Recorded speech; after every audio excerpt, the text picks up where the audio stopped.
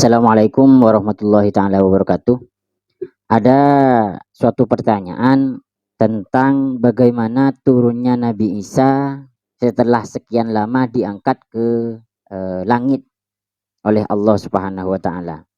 Apakah turunnya Nabi Isa ke dunia itu sebagai rasul dan utusan lagi atau sebagai nabi atau sebagai apa? Seperti itu ya.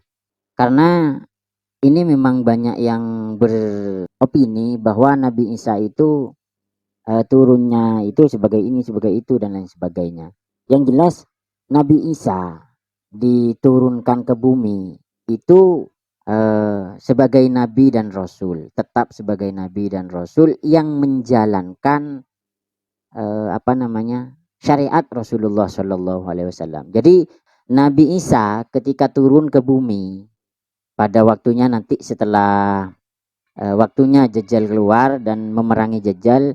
Nah, setelah mereka merdeka, Nabi Isa merdeka dan memenangkan peperangan itu dan berhasil membunuh Dajjal, maka Nabi Isa itu tidak membawa ajaran baru, tapi menjalankan syariat yang dibawa oleh Nabi Muhammad Sallallahu Alaihi Wasallam, bahkan disempurnakan lagi oleh Nabi Isa. Jadi sebelum-sebelumnya yang belum dilakukan oleh umat Nabi Muhammad yang termaktub dalam Al-Quran dan hadis itu dilakukan oleh Nabi Isa. Jadi Nabi Isa tidak membawa ajaran baru. Kemudian ada pertanyaan lagi, bagaimana apakah Nabi Isa itu sebagai nabi terakhir? Karena sebelumnya kan ada Nabi Muhammad. Nabi Muhammad adalah khataman nabiyyin. Seperti firman Allah, qala Allah Ta'ala, walakin rasulullahi wa khataman nabiyyin. Jadi Rasulullah itu adalah penutup para nabi, penutup para rasul, penutup para anbiya. Jadi setelah Nabi Muhammad tidak ada lagi utusan dan tidak ada lagi nabi setelah meninggalnya Nabi Muhammad. Nah, bagaimana dengan Nabi Isa? Nabi Isa itu bukan khataman nabiyyin. Nabi Isa itu diutus sebelum Nabi Muhammad lahir. 500 tahun kalau nggak salah. Jadi kalau salah dikoreksi ya di komentar ya. Jadi Nabi Isa itu diutusnya Nabi Isa itu 500 tahun sebelum Nabi Muhammad. Berarti lebih dulu Nabi Isa diutus kepada umatnya daripada Nabi Muhammad. Lalu beberapa ratus tahun kemudian, 500 tahun kemudian barulah diutus yang namanya Khotaman Nabiin, Nabi Muhammad Sallallahu Alaihi Wasallam. Lalu bagaimana statusnya Nabi Isa? Ya meneruskan risalah Nabi Muhammad Sallallahu Alaihi Wasallam yang memang tugasnya Nabi Isa turun ke bumi untuk membunuh Dajjal.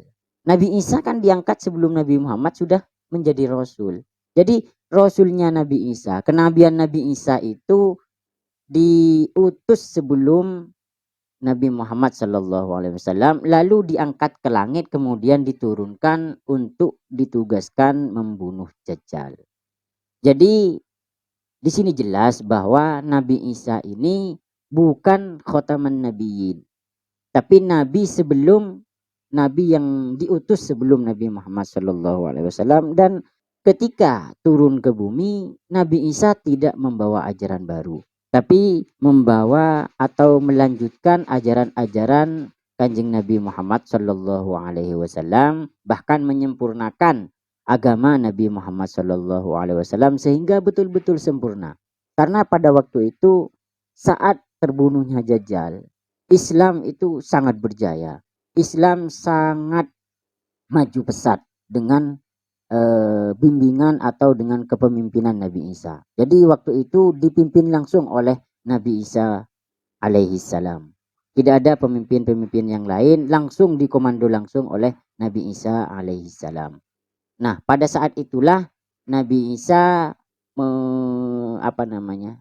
pada saat itulah Islam sangat berjaya pada masanya Nabi Isa. Jadi jangan pernah salah paham, ketika Nabi Isa akan turun kembali ke dunia, ya tetap sebagai nabi. Tetap sebagai nabi dan rasul yang ditugaskan membunuh Dajjal dan meneruskan risalah kerasulan Nabi Muhammad Sallallahu Alaihi Wasallam, meneruskan ajaran-ajaran Nabi Muhammad Sallallahu Alaihi Wasallam Lalu bagaimana dengan mazhab, 4 mazhab itu atau mazhab-mazhab yang lain? Ada yang mengatakan 5 mazhab, ada yang mengatakan 4 mazhab. Apakah mazhab Syafi'i, Hambali dan lain sebagainya itu masih berlaku ketika Nabi Isa turun? Di dalam kitab beberapa kitab, dalam kitab Syarah Ar-Raudhah itu dijelaskan bahwa sedangkan madhab 4 waktu itu tidak berlaku atau dihapus. Jadi syariat yang berlaku memang hukum Islam, betul-betul hukum Islam. Tidak ada kaitannya dengan madhab yang 4. Jadi itu sekilas tentang turunnya Nabi Isa nanti pada akhir zaman. Kalau ada salah-salah kata atau salah-salah pendapat dari video yang saya bicarakan, mohon dikomentari di bawah ya, untuk memberikan informasi yang lebih baik, dan insya Allah ini sudah sesuai dengan yang diharapkan. Saya kira demikian. Saya akhiri. Wassalamualaikum warahmatullahi taala wabarakatuh.